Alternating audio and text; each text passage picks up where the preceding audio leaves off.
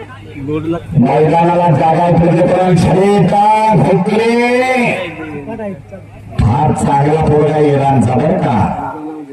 पण भले भले गेले गोटे खातांची लाट म्हणतो माझे काय असा रवी चव्हाण स्वार झालेला आता स्वार झालेला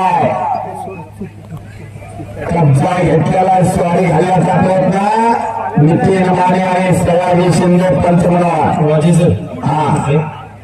मी ॲडव्होकेट सम्राट शिंदे पैलवान मंगरूळ प्रथमतः या